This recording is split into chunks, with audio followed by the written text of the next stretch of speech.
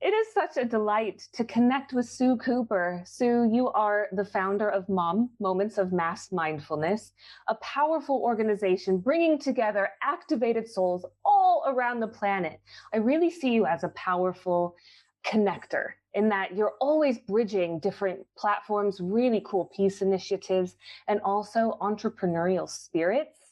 You seem to be the glue that holds a lot of us together, so you're extremely potent anchor point for those of us who are activated and serving as the light grid around Earth. And we're going to get into that.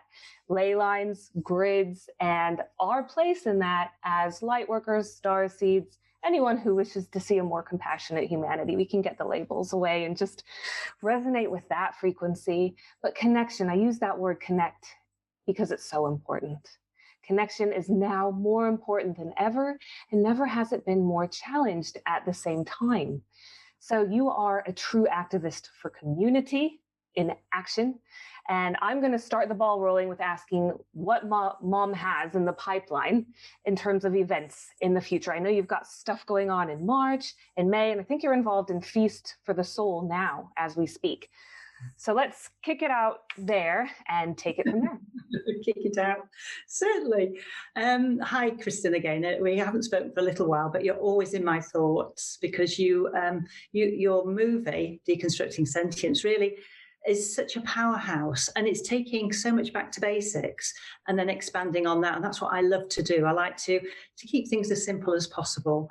But there is such complexity with what's going out there in the world at the moment in terms of the pandemic and the media. Wherever you turn, there's disruption and stuff that's coming forward that needs to be healed. So keeping feet on the ground while swirling sometimes within the clouds or within the heavens is this human frame. Which I want to, for myself, keep well. I want to keep well in body. I want to keep vibrant in mind.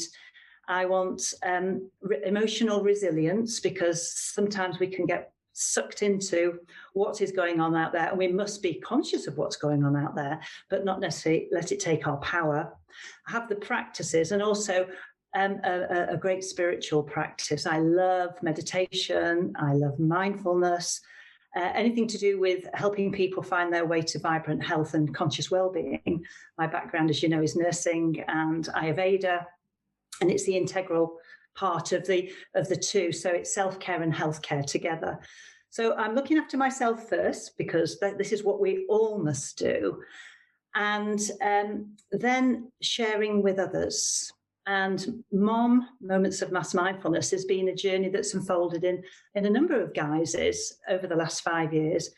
And whilst I am the founder, there are so many people who offer help, support and guidance to me and to what's coming through them as well, in terms of raising the energy to heart resonance, to co-create compassionate communities. So I always know in my good moments that I am not alone, but the responsibility in the way, you know, as a person just with an idea. I'm not an organisation. I'm not a business. I just float where I feel the guidance sends me, and where I feel that there can be some impact. So connecting people to people, as you said so rightly, is one of the guiding principles. It's this sense of belonging. It's in an uncertain world. How do we find some sort of stability when everything is in flux? And when we awaken to the fact that what we're being shown, what we're being fed, what our belief systems were that we grew up with, maybe no longer serving us, what can I do? How can I reach out? How can I find a bit more stability? How can I find more peace? How can I find more love? And how can I find day by day the ability to get out of bed with joy rather than dread, get on and do what we are born, each of us, with our unique purpose to do, and make a little difference in our own life, our life of our families, the life of our communities, and then radiating that out into neighbourhoods, cities, and countries and into the world. So, so what's happening with MOMM at the moment is we are coming to the end of a 40-day feast for the soul, and I'm in collaboration, or the MOMM vision is in collaboration with Sarah McLean, who's the director of Feast for the Soul, and Susie von Mensenkamp, who is, the three of us have come together. We've been running global meditations every night in the UK time, morning in Pacific and lunchtime in Eastern time, since lockdown, since March the 23rd, virtually every night. And it's been a roller coaster, because we started off thinking, well, it's only going to be for a couple of weeks, so that'd be a nice thing to do to keep people in alignment. And of course, here we are nearly a year later. When Feast for the Soul started, it's a yearly observance of spirituality, all faiths, all religions, all cultures, on January the 15th, and it's in its 14th year. For 40 nights, or 40 mornings, we have a meditation practice with different meditation teachers and mindfulness teachers and different faith teachers as well. So it's back to the integral model, that discounting nothing and savouring everything and opening our minds and our hearts to all these other various ways of presenting contemplative practices. The science, we've had scientists on who are also practitioners. So they're sharing. We had Heart Math on, Gavin Andrews' Heart Math, only this weekend, and he was able to share the latest of science with with COVID. How can we self-regulate when we want to not only regulate our coherence, but also boost our immune system as well through the breath, and backed by science that's ongoing at the moment. It's still very new. So it's incredibly important that we come together as a community. This is this co-creating compassionate communities. And then on a Saturday, we do Self-Care Saturday. And that's my other hat, because I am an advocate for self-care, and I run another project called Self-Care World, where we care for ourselves. We automatically start to open to caring for our world, because our world feeds us. It gives us water, it gives us air, it's alive. So that interconnection of the two. So Self-Care Saturday, we talk. We have fabulous talks. We talk about Ayurveda, and we talk about a lot of the ancient traditions. We practice Qigong so that we can move energy around. Kundalini yoga. We do chanting. If we've done that twice. We do singing, because of course you can't sing outside, can you? You're not allowed to sing, so we can sing it here. But the whole point is it's done mindfully, so that we feel how we feel at the beginning, and however we feel at the beginning is fine. But then we do a practice, and then we feel how we feel at the end. To me, that's the science, because that's the uniqueness of each individual. So moving forward with the question about what's happening next for MOMM. So that will finish on the 23rd of February. We'll have done our 40 nights. What we're finding is the vast majority of people who've joined us are really starting to feel a potentiality where they are wanting to step up more into their own purpose. What is it I can do? How can I move into action? So this is incredibly exciting. When that completes, I think we're going to have a few days of rest and restoration. And on the 1st of March, we will start again, and this is still in the planning stage, but it will be 9 Pacific, 12 Eastern, and 5 GMT, 6 Central Time, looking towards the positive energy of the mother, the divine aspects that we all hold, whether we're male or female. This is not a gender. We're all mothers. We're all fathers. But I'm very conscious that we're coming up to Mother's Day, and MOMM has always been an expression of the mother, because purely by the Moments of Mass Mindfulness name. And it's also something that is very dear to my own heart. Of the values of the mother, we know it's about nurturing, it's about care, it's compassion, it's love, it's heart-based, and it's a felt experience, where the masculine is when the masculine is in his primal rather than his shadow side, is one of provider and protector and is more logic based. So the essence of MOMM is to bring balance to what is already there. The sacred masculine, our wonderful masculine energy that we have too, women have, as men.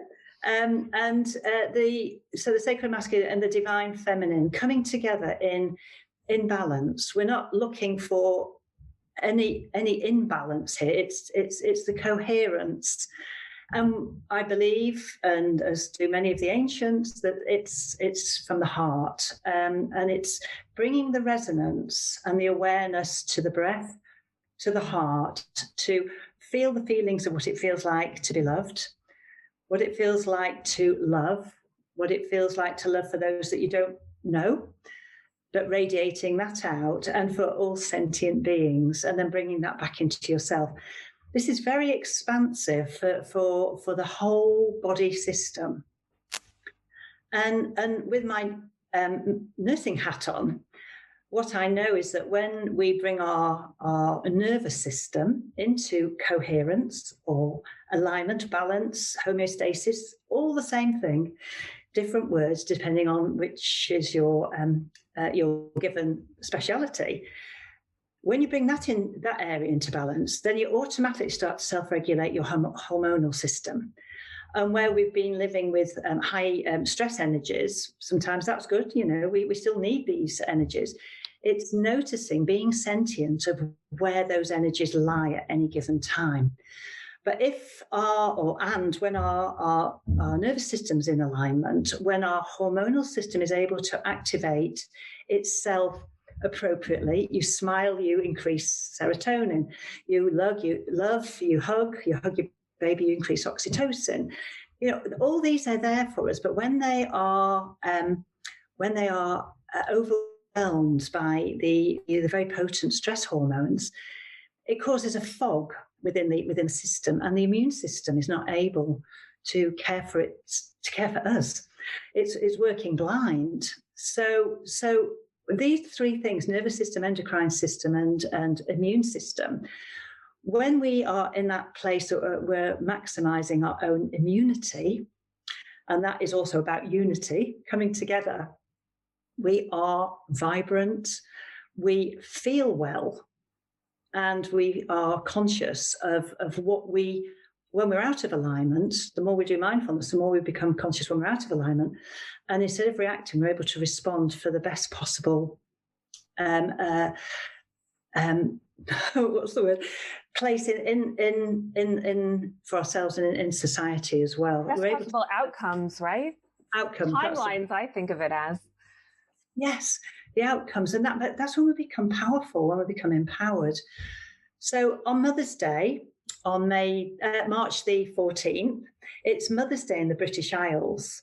It's the only country that follows the lunar calendar. We follow Lent, and I think it's the fourth Sunday after Lent. So on March the 14th, which interestingly enough would have been my mother's birthday, we're going to evoke the energy of the mother, of MOMM, and we're going to have we're suggesting a Mother's Day meditation throughout the whole of the British Isles at 12 midday, and then amplifying that out at 5 o'clock in the evening when we meet the other time zones, and ask them to join in, so that the energy that we're bringing forward within our British Isles, our islands of calm, we can then amplify out and back and really start to feel that energy. Now, what we've got going on this particular day, okay,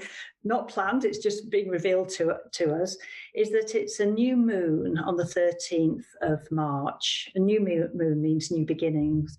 And the moon is very much to do with the flow of the earth. It's the lunar, and it's the flow of the feminine as well.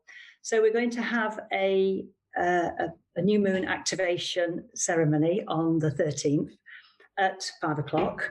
And then we will move 5 o'clock UK time. And then we will, maybe some more stuff planned, but the main focus is on Mother's Day. And what we're asking, or what we're suggesting, is at 12 midday, I will be leading a meditation online for people who want to be present. But what we're asking is, this is really the time to start the interconnectivity, well, not start, but to continue the interconnectivity between the mothers, the Mother Earth. The Mother Earth that is alive, that we must recognise Mother Earth is alive because she's sick at the minute. And Mother Earth feeds us, gives us food, gives us water, gives us air, and gives us a place in which to live. So recognising and with greater kindness to Mother Earth opens up the ecology part of it.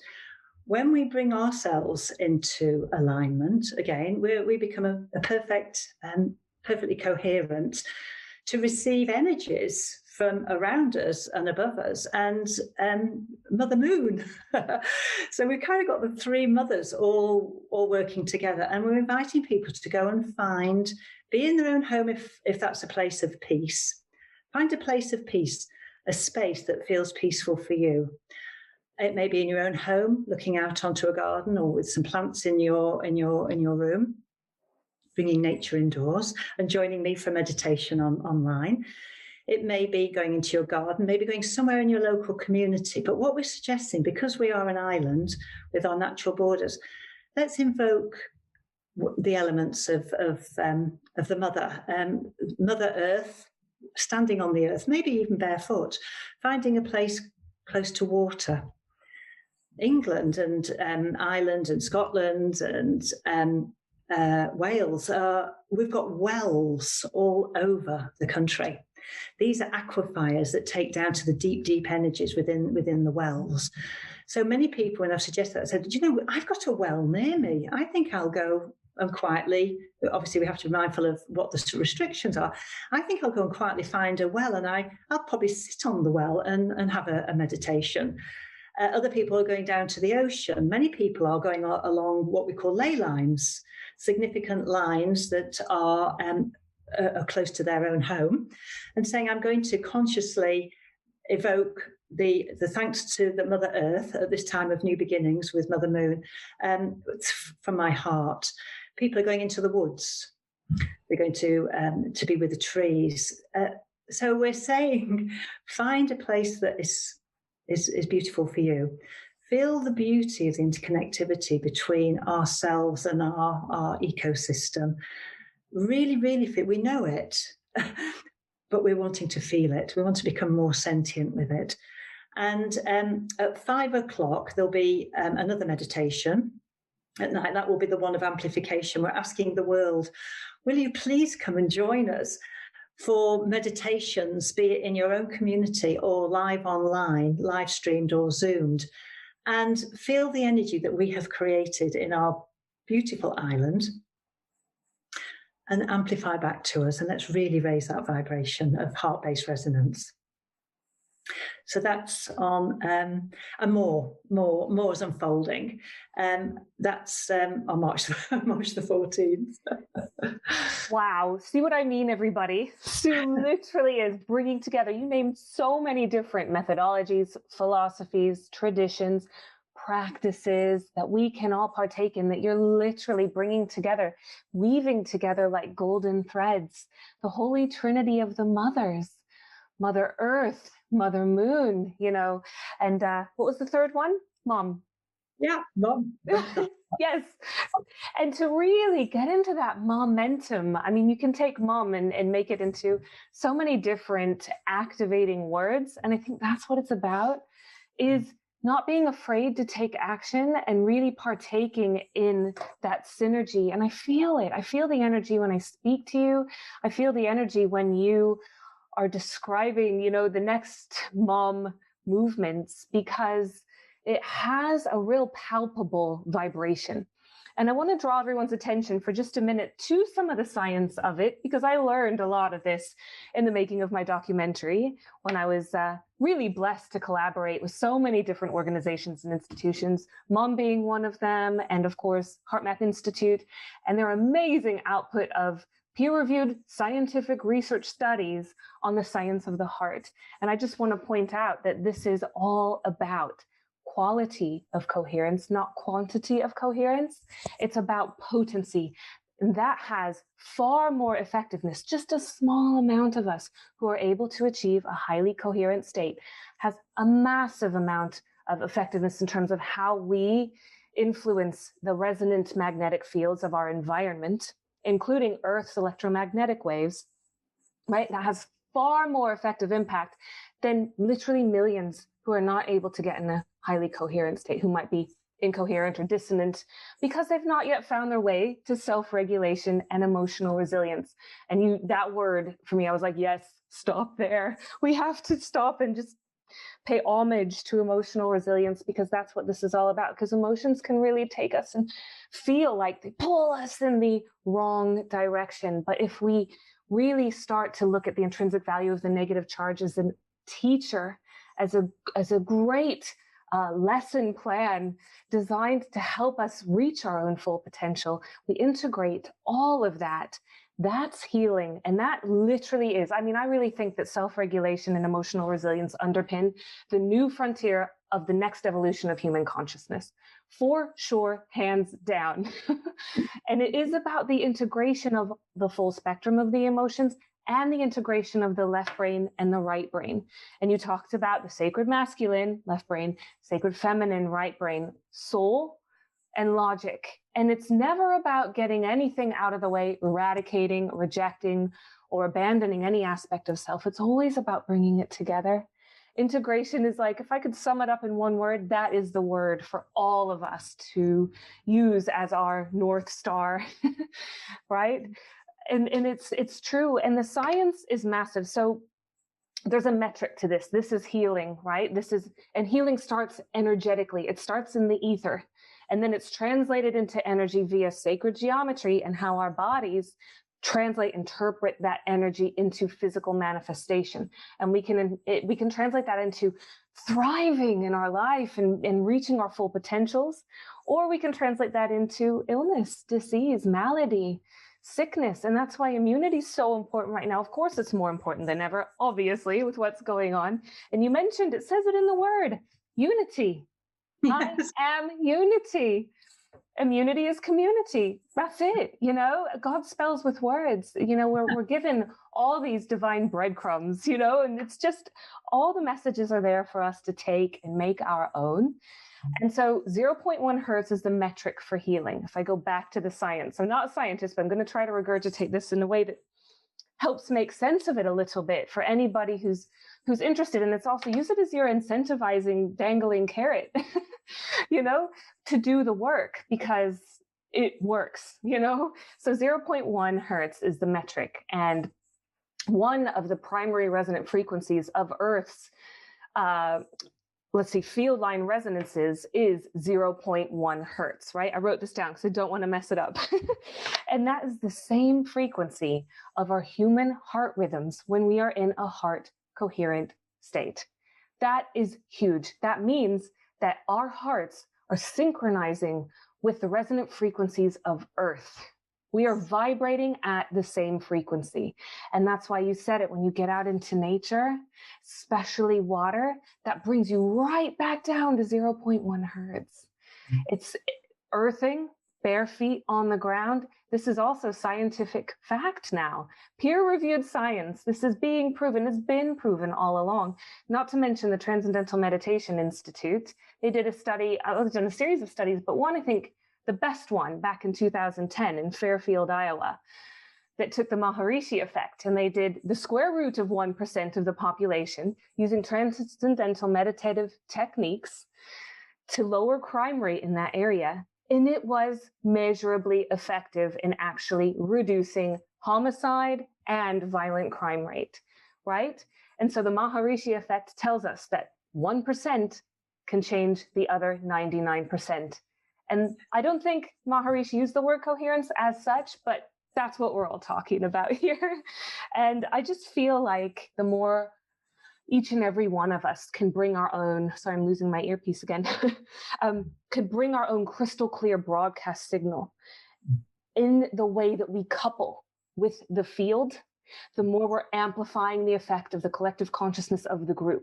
We do it individually, groups amplify that even more, right? And that creates that standing wave of coherence that literally makes it easier for everyone across the globe, whether they know it or not, to also hop onto that frequency, just like tuning into a radio station, and get more coherent themselves. It's contagious, right? And we are walking infectious agents of this coherence or dissonance. So it's up to choice points, isn't it? What we choose to feed the field. Sorry, Sue, what were you going to say? Because I think it's choosing what we feel we feed the field, but we do so much. If we come from the perspective that everybody's doing the best that they can with the knowledge that they've got, is feeding that field is paramount. And as you say, the Maharishi effect. And in fact, MOMM came out of this because we started to look at the 1993 effect that was in Washington, D.C., where way before really computers were available to everybody, and it was all based on data. And they looked at what happened in terms of the crime rate, and people weren't going out because they were scared. But what I love about it more than anything, not only all the figures came in the right direction and they maintained in that direction, but it invoked citizen action, because people said, hang on a minute, we've let this happen. What can I do to help? So the Red Berets appeared, and they were a group of people who wore red berets and maybe some combat outfit, but they went on the undergrounds, and they were in the parks, and people knew that if they saw people with red berets on and this outfit, they knew they were safe because they were guardians. And so to me, the key element in all this is helping people find their way so that they can take action. And we mentioned earlier, Sarah McLean in the movie said, it's not enough to care, we must take action. And that was like a light bulb that went off. I knew it, but I felt it and went, goosebumps. Every time I hear that quote, I literally light up in goosebumps. Yes, we must take action. Now, not everybody wants to take action. And again, that's fine. It's not to say we're all going out there to be marching in unison. What we're saying is, once we wake up to the fact that there is more to our lives than we're actually being shown or have been educated in, we are powerful way beyond anything we could possibly imagine. We automatically want to start to go, well, what can I do? Now, what we're doing eco-wise is good. We're recycling and we're doing our bit, but it's not enough. It's so not enough. If we can all go out and plant trees, again, it's brilliant, but that's not enough. What we need is groups of people who are all changing their mind to be able to change the mind of the policymakers, because the power lies with the policymakers in terms of monetary power. But I would suggest that the power actually has and always has sat with the people. But we've been sitting and we've been guided. And that's as it's been, because there's been a sense of comfortableness, because not for everybody by any means, but for those who are fortunate enough. But that's shifted. There's no two ways about it. And there's no way that we can go back to where we were, because it's been going on too long. So instead of sitting and going, I wonder what I can do, why don't we start to just move together a little and say, well, I don't like really where I am, or I'm not happy where I am, or I'm feeling unwell where I am. What can I do? We can learn to find coherence. We can learn to find the simple aspects of learning to move away from fear through this shallow breath to the more rhythmic breath. And if we want to take it even deeper, we can move into a very conscious breath, of a longer breath in and even longer breath out, which deactivates the stress response to the relaxation response. What can I do? What can I do? How can I move from, this is another one of the language, the words fears, the letters in fears are exactly the same letters that are in safer. Just move them around a little. So when we move from where we are, many of us are all the time, or some of the time, or a little bit of the time, from fears, And then we change that impulse. We change it because we learn to breathe, and we learn to become present, and we can move that into a place of safer, where we feel safer. As when the Red Berets were out there, people felt safer and they could relax and let go. And then the intuitive voice is there, you know, the creativity is there. We move out of contraction, because fear makes us contract, into expansion, where we're going, do you know what? There may be another person out there who's interested in this as well. I wonder if maybe I'll find them. We're here in community, all of us. Come and find your way to us, to whoever is saying the same things, that you are the master or mistress of your own destiny.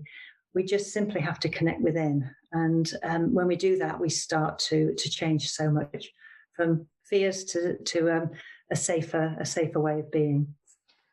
It's exactly why I am such an advocate of MOMM, and you provide the infrastructure from which we can all start to join in community, take that action, get coherent. That affects us individually in our own reality, holographic reality bubbles that are the projection of our own consciousness, and in community and globally, and for our planet physically. So all of it is interconnected. I love what you said about fear. I think of it as transcending our fears. We integrate the fear just like we integrate everything else. And fear can stand for forget everything and run, or face everything and rise.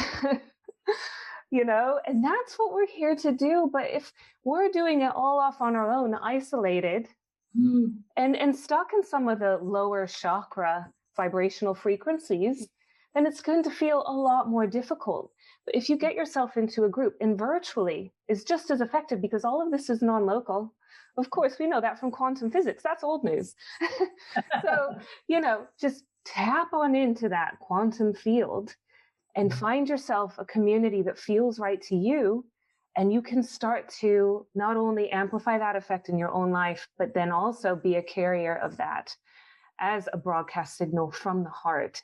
And for those of you who speak the kind of 5D heart structure language, I think that's also really key to say, is what we're doing is vibrating that potential timeline with our coherence, with those bliss states, right?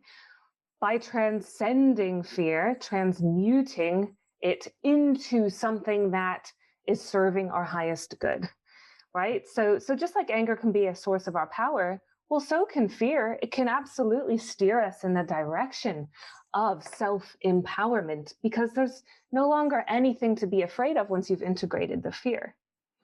Fear of death is a big one that's being cleared right now, Sue. There are so many dense consciousnesses that we are clearing.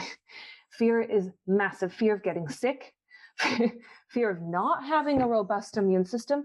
We all do. But the best place to start really tending to it, nourishing and nurturing it, is in the ether, is in the energetic realms, is in getting that heart-brain coherence that we keep talking of. And I don't want to leave the gut out, because that's an important processing center too. But we align the chakras that way. And in that way, it's sustainable. And I wanted to bring that word back in. You did mention it in the beginning, stamina. That's really important. Communities help us sustain this emotional resilience that we keep talking about, and sustain the amplified signal of coherence as well. And as I mentioned, that makes the vibration of the grid of 5D heart-based structure, Ascension, more potent, until whoosh, we collapse it into physical reality. That's manifestation. And so, you know, who needs more incentive than that to get involved and get started? And, you know, I say it till I'm blue in the face, but to make it personal for a minute, for me, without a group, I wouldn't be here. You know, a group is what helped me heal from addiction. And it was, as my movie highlights, showcases, it was going to kill me. I'm surprised that it didn't. But it was the group that gave me that collective consciousness with the same amplified intent, because intent is how we channel our consciousness in a focused manner. That's literally what saved my life. And I want to point out that all of this is about getting in our body, because I love the cosmic Christed aspect of self. And that's what it really, I believe, is what's being activated with the gift of this virus and everything else that goes along with it, the isolation and everything. And wherever you're coming from, whatever angle you see it from, whether it's a control agenda, whether it's a virus that you fear, it's the same antidote. It doesn't matter. It's getting in the heart and getting in the body. And I think that's important as well, to bring it back to enlightenment is embodiment. Yes. And also to not get stuck in getting outside of the present moment. I call it the if-then game, where a lot of us can get sort of trapped by, oh, well, if it was like this, then I would feel like that. And so we're always chasing something and robbing ourselves from the gift of the present moment. So embodiment and presence are really key concepts, I believe, in making this sustainable as well. And groups give you the infrastructure to do that. Go ahead. Yeah, I agree with you. I train with Deepak Chopra, and he would say a lot. Your body is a field of awareness. It's not a skin encapsulated bag of bones and muscles. Yes, it's a field of awareness, and it's learning to feel again. That's why I love your movie so much. It's learning to feel. But we don't feel if we're out in the memories in the past or in the anxieties of the future. It's learning to feel, and there's a lovely way to look at this, and it's very empowering way, is when we become very anxious, which is usually described as an uncertain future, we become disempowered because anxiety takes our energy. But there's a neuroscientist called Ian Robinson who's done some work in turning anxiety into excitement. And it's exactly the same thing. Anxiety brings up the stress hormones of cortisol and adrenaline. Once we've got those, well, let's use them. And let's say to ourselves, I am excited, or I feel excited. And use that as a mantra, because the energy that's being used on something in the future hasn't yet happened. So you bring that back into the present moment. Use the word silently to yourself. I feel excited. I feel excited. And the adrenaline, the cortisol, then has a focus. It's then used for empowering you. So what I love about the knowing more now about the endocrine system, anatomy and physiology of we have these incredible hormones and neurotransmitters. How can we, when we start learning to feel, how can we use them for the best possible effect? And if they're no use to us in this particular moment, learn to shake them off. Learn to, as the animals do when they're being chased by a lion, say, they just shake it off. And then so they've dispelled that energy. And again, we could do it, punch a pillow, laugh, cry, use the diaphragm, really get that nervous system back into this place of coherence. So mindfulness is not about being calm all the time, or it's not about being relaxed all the time. It's being aware of what's arising in the present moment and bringing kindness to ourselves, knowing that we're doing the best we possibly can, and keep on learning new skills, new techniques. Well-being is a skill, says Richard Davidson, another eminent neuroscientist. We can learn these well-being skills. And then use what serves us, and as we start to feel what no longer serves us, have a little conversation with yourself and go, do I want to do this next time? Because we end up with that little bit of a breathing space. So mindfulness is not about stopping the mind, and it's not about all these things which it's labelled la hippie, what have you. It's scientifically backed. It really does lead to self-empowerment and for some self-enlightenment. But from my background, which I love so much, is it makes you feel really well because you work out what's not making you feel well. And if you're not feeling well, you know that the body will automatically, if you don't listen to it, you'll end up in bed where you have nothing other to do than rest and restore, because your body is desperately trying to get you back into alignment. Use that time of rest, restore and restoration to go, maybe I ought to look at my life. And then when we look at our life and look at what no longer serves us, know that they're in community endless amount of people who are holistic practitioners, holistic educators, mindfulness teachers. Wherever you are, we're all over the place, but we've been laying, I think, probably quite quiet. And the ancient tradition says, when the student is ready, the teacher appears, which to me has always been incredibly random. When I had my overwhelm and was really sick about 13, 14 years ago, I didn't know what was wrong with me. I didn't know who to find. I didn't know where to go. But interestingly, a friend said, "How can I help you? You're not very well, are you?" And took me to a meditation class. So know that there are people out there in your community. Either seek them out, or they will appear randomly, or contact us. There's ways that we can help and support people find ways to what you're looking for, even if you don't know what that is at the moment. But the answers are within, so we can guide you into that inner experience, and it's revealed from there. Absolutely, it is. The body keeps the score. That's one of my favorite books I read when I was training to be a therapist. And it's true, right? Our body literally houses the memory, the vibrational sequence. It's all sacred geometry of all of our traumas, all of our hurts, and all of our repressed emotions. And there's a big difference between emotional suppression and emotional regulation. And I just want to name that. I think we need to own it. And another concept that you brought up was that enlightenment is not to bliss out on a mountaintop and sort of, forget the rest of the world. It literally is to integrate the full spectrum of all emotions. I said it before, but I'll say it again, because that was one of the greatest quests of my documentary that I really wanted to bring home, is stop running away from your emotions. Stop the blatant escapism. I mean, that's one of the other viruses, or maybe it's the energetic component of some of the physical manifestations going around in our world right now, in our communities, right? You can always link it back to an emotional counterpart. All illness, all ailments, it really does go back to the body. And you mentioned fear as being part of your excitement. That's a really important concept to grasp as well. As we're all, I don't know if you've seen it, but certainly with the clients that I've seen, I'm busier than ever. And, I'm connected as well to a lot of other energy healers around the world. And I think we're all categorically seeing people manifest their own perfect storms in their lives right now.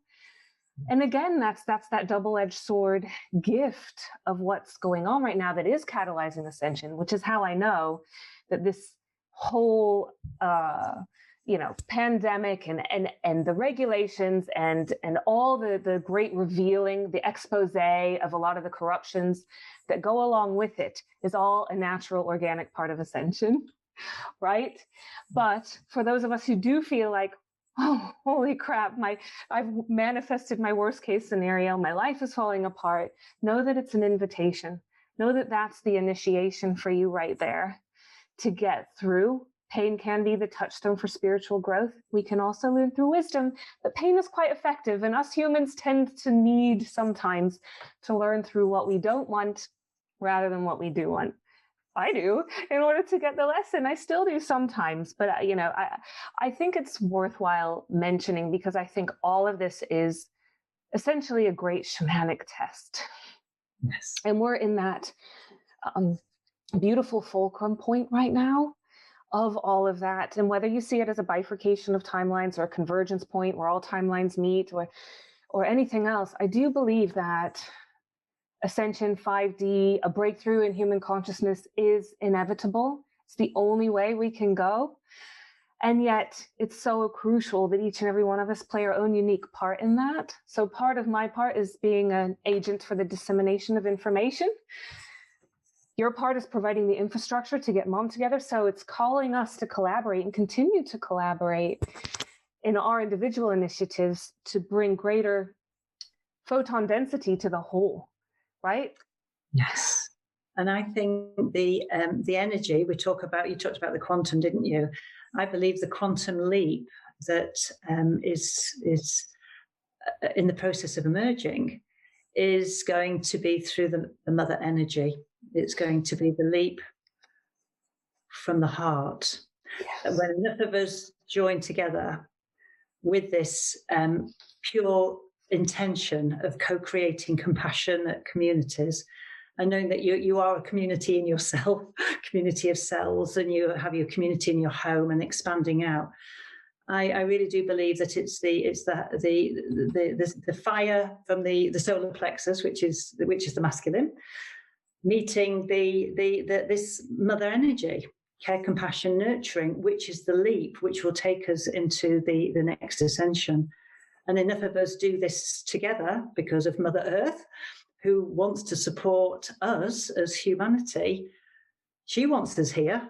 She wants us to care for her as she cares for us. It's a give and receive.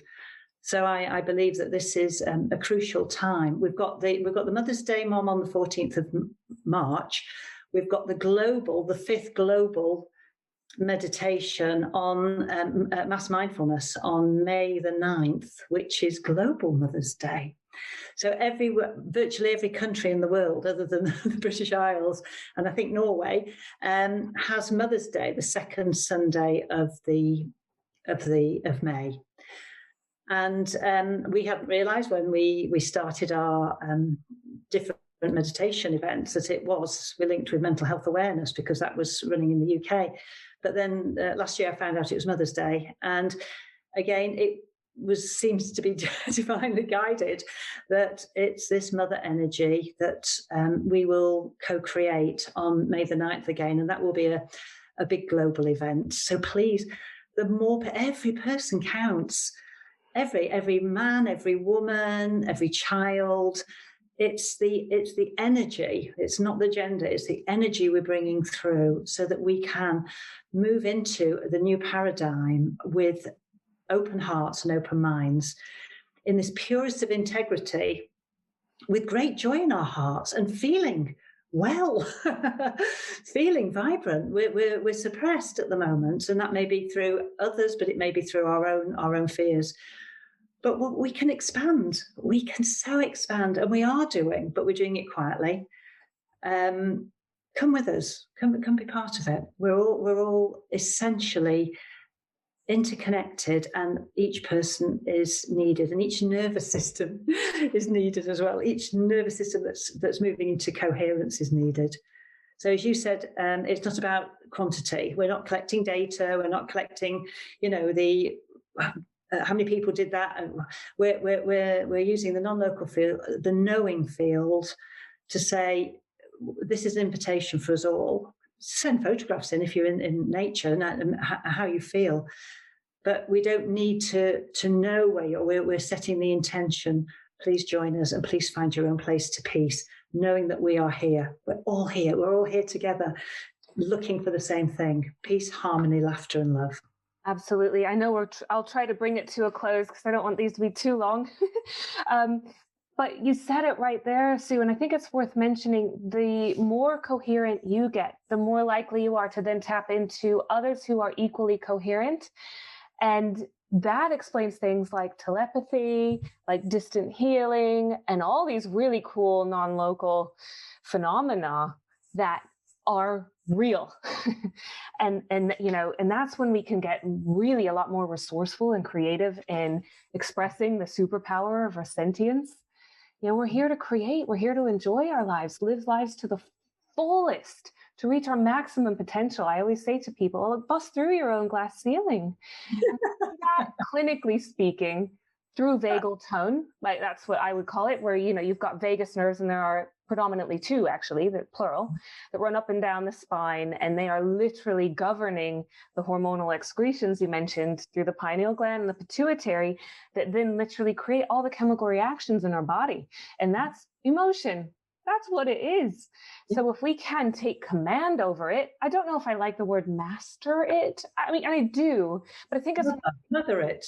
Mother it. That's brilliant. I love that. If we can mother it, then we can start to turn breakdowns into breakthroughs, individually and collectively, with minimum casualties, because I am really respectful that there are casualties along the way. I just want to note, because, addiction is very dear to my heart, way on the rise, because it feeds off isolation and fear, as is suicide and a lot of mental illness right now. So that's our call make that your call, and let's make love go viral as the antidote to all of the dis-ease, the dissonance that is occurring in our beautiful quantum field. Yes. I can't add any more to that other than a huge thank you for being here, giving me an opportunity to share, to express, and to hear what you're doing, and to really energize all of us. We're all the same. We're all going through our challenges. Nobody gets out of this lightly. And as they used to say at the Chopra Centre, nobody gets out of here alive. What we're going to do with it, whilst we're here, what are we going to do with this absolutely beautiful gift of life? Well, let's lighten it, and let's do it together, and let's interconnect and be part of the change. Each one of us be part. I agree. The way I understand it is the only way out is through the body. So the invitation, the initiation, the shamanic test is to embody that heart-brain coherence. So thank you so much, Sue Cooper. I'll be joining you in March. I'll be joining you in May. Let's get the momentum going and keep it sustainable. Emotional resilience paves the way. And may love light your way. Namaste, dear one. You're such a sacred soul. I love you so much.